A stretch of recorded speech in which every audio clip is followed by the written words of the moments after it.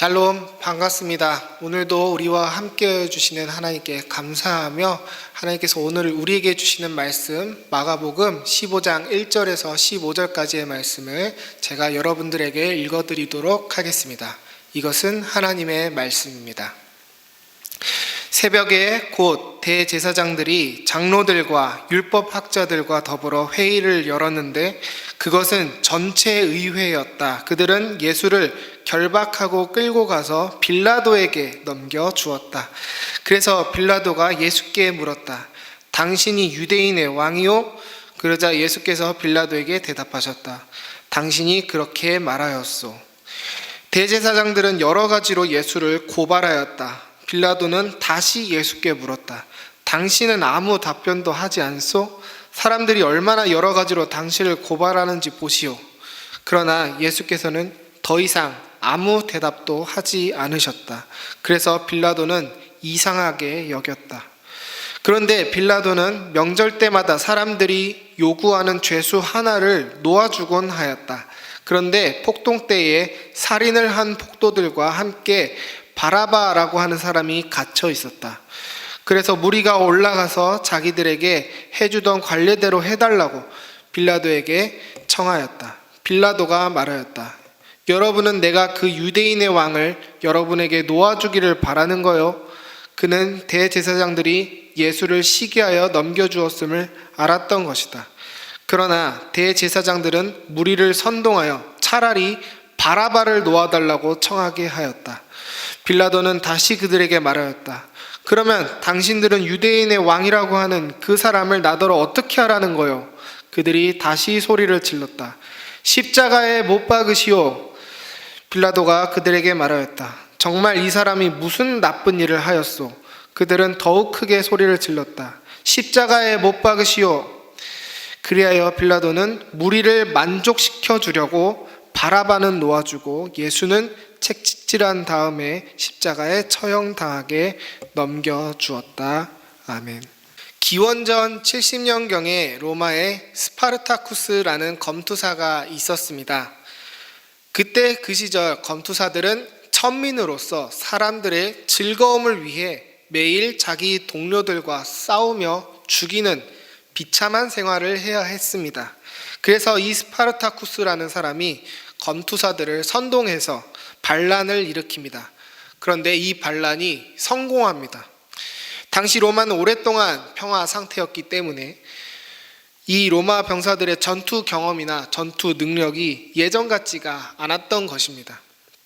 근데 반대로 검투사들은 매일 하던 게 싸우는 거다 보니까 이 둘 사이의 전투력 차이가 굉장히 컸던 것이죠. 그래서 이 검투사들이 로마시에 있던 로마 군인들을 죽이고 성 밖으로 도망을 칩니다. 자유를 얻은 거죠. 그런데 어떻게 또 결국에는 이 검투사들이 로마군의 맹추격에 의해서 잡히게 됩니다. 약 6,000명 정도의 검투사들이 잡혔는데 로마는 이들을 어떻게 처리했을까요? 로마 입장에서 이들의 죄는 결코 작은 죄가 아닙니다. 반란도 반란이지만 천민이 로마 시민을 우롱하고 굴욕당하게 만든 사건으로 기억되는 것입니다. 고위 관리 입장에선 로마 내에서 보나 로마 밖에서 보나 어떻게든 체면이 구겨지는 일이 아닐 수가 없었습니다. 특히 이 반란을 주도한 스파르타쿠스에게만큼은 로마가 줄 수 있는 최고의 형벌을 줘서 다시는 이런 일이 일어나지 않도록 본보기를 제대로 보여줘야만 했습니다.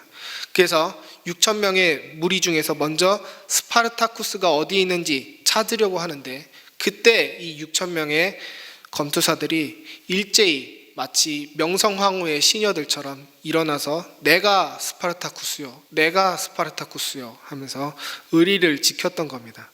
그래서 로마의 선택은 이 6,000명 모두에게 똑같이 최고의 형벌을 내리는 것으로 결정했습니다. 그때 6,000명의 검투사들이 받은 형벌이 바로 십자가 형벌이었습니다.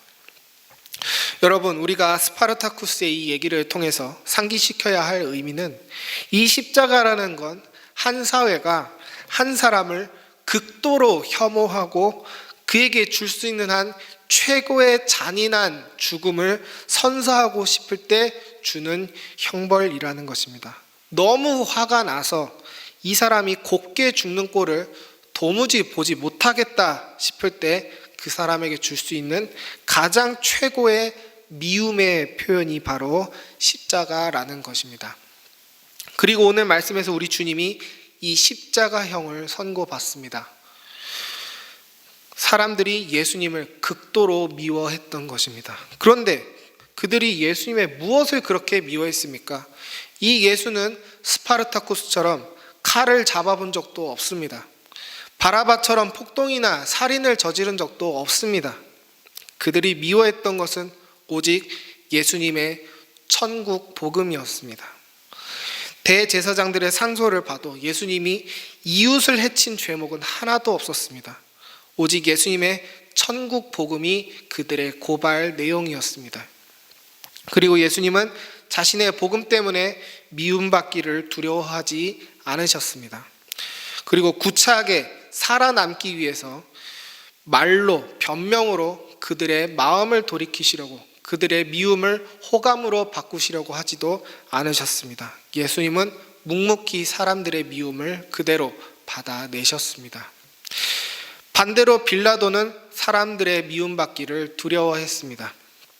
빌라도도 처음에는 예수님을 어떻게든 살려보려고 했습니다. 하지만 대신에 자기가 사람들에게 미움을 받지 않는 선 안에서 예수님을 도와주려고 했습니다. 그래서 어떻게든 사람들의 미움도 안 받고 예수님도 살릴 수 있는 지혜로운 방법을 찾기 위해 이렇게 저렇게 열심히 머리를 굴려봤습니다. 하지만 선택지는 간단했습니다. 이 예수를 선택하고 사람들의 미움을 받을 것인지, 아니면 이 예수를 포기하고 사람들의 호감을 받을 것인지. 빌라도는 고뇌했지만 결국 사람을 선택했습니다. 그에게 가장 두려웠던 것은 사람들에게 미움을 받는 것이었습니다. 예수님은 이렇게 말씀하셨습니다. 누가복음 6장 26절, 모든 사람이 너희를 칭찬하면 화가 있도다. 그들의 조상들이 거짓 선지자들에게 이와 같이 하였느니라. 그리고 바울은 이렇게 말했습니다. 갈라디아서 1장 10절, 이제 내가 사람들에게 좋게 하랴 하나님께 좋게 하랴 사람들에게 기쁨을 구하랴.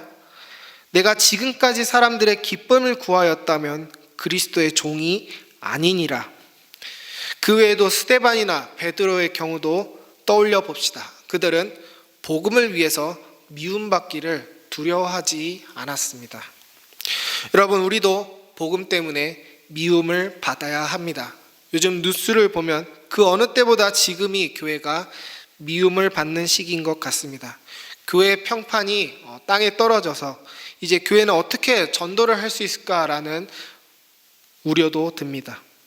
근데 가장 슬픈 건 교회가 미움받는 이유가 복음 때문이 아니라 다른 사람의 생명을 존중하지 않는 모습 때문이라는 것입니다.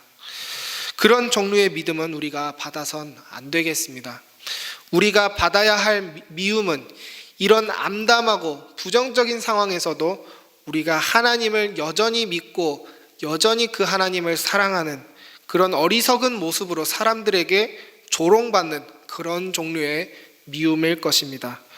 우리가 그런 부끄럽지 않은 미움을 받게 되기를 소망합니다. 그리고 하나님께서 우리 교회가 이 미움을 견딜 수 있도록 우리 영혼의 백신을 미리 주셨습니다. 연초에 우리가 아직 이 자리에 모일 수 있었을 때에 하나님께서 우리에게 팔복의 의미를 신실하게 가르쳐 두셨던 겁니다. 서울의 서소문 성지 역사 박물관에 가면 한 거대한 기념비가 있는데 그 기념비엔 우리나라 초기 로마 카톨릭 신자들의 순교자 명단이 빼곡히 적혀 있습니다. 그리고 중앙에 가장 큰 글씨로 이렇게 적혀 있습니다. 복되어라 의로움에 굶주리고 목마른 사람들. 여러분, 우리는 이 복의 말씀을 여기 이 자리에서 함께 배운 적이 있습니다. 저는 이때야말로 교회가 이 복을 받을 만한 때라고 생각합니다. 오늘 우리는 말씀 속에서 예수님의 복된 모습을 보았습니다. 그 모습은 복음만을 전하시고 자기의 변호를 위해서는 침묵하시는, 그럼으로써 사람들의 모든 미움을 그대로 받아내시는 모습이었습니다. 예수님의 이 복된 모습을 떠올리시면서 나도 복받는 사람 되기를 간절히 사모하는 우리 복된 은혜샘물교회가 되기를 소망합니다. 말씀을 생각하며 기도하실 때에는 내가 구했던 사람들의 호감이 무엇이었는지 돌아봅시다. 나는 혹시 빌라도처럼 지혜랍시고 사람들의 호감을 위해 나의 믿음을 감추거나 희석시키진 않았는지 돌아봅시다. 사람이 두려워서 그리스도인으로서 마땅히 드러내야 할 양심과 경건의 모습들을 억눌렀다면 용서해 주시고 고난받기를 두려워하지 않고 믿음의 모습을 드러낼 수 있도록 용기를 달라고 기도합시다. 그리스도의 제자로서 그리스도의 십자가를 질 수 있게 해달라고, 연약한 믿음을 불쌍히 여겨달라고 기도합시다. 그럼 이 모든 것을 가지고 제가 기도함으로 오늘 기도회를 마치겠습니다. 기도하겠습니다. 하나님 아버지, 나귀를 타고 오시는 예수를 향해 호산나를 외치며 기뻐하던 사람들이 어찌 그리 속절없이 변하여 분노의 십자가를 외치게 되었는지요. 사람들의 사랑을 받는 것이 얼마나 허무한 것인지 가르쳐 주신 하나님의 지혜에 감사드립니다. 우리는 영원하신 아버지의 사랑을 받길 원합니다. 그 사랑의 길이 비록 사람의 미움을 받는 길이라고 해도 우리가 담대하게 걸어가길 원합니다. 하나님께서 그것이 우리의 복이라고 말씀해 주셨습니다. 하지만 우리가 연약한 인간들이라 우리의 본성으로는 사람들의 사랑이 우리에게 더 편안합니다. 그럴 때마다 하나님, 우리가 복을 복으로 볼 줄 아는 천국의 지혜를 허락하여 주시옵소서. 우리가 우리의 십자가를 질 수 있도록 우리 마음에 성령의 지혜와 용기를 부어 주시옵소서. 또한 우리가 엉뚱한 이유로 미움받지 않기를 원합니다. 우리에게 주신 6계명을 특히 잘 묵상할 수 있는 시간을 허락하셨사오니 우리가 우리 자신을 희생함으로써 우리의 이웃을 섬기게 하여 주시옵소서. 이 시간 가운데 사랑을 배우게 하여 주시옵소서.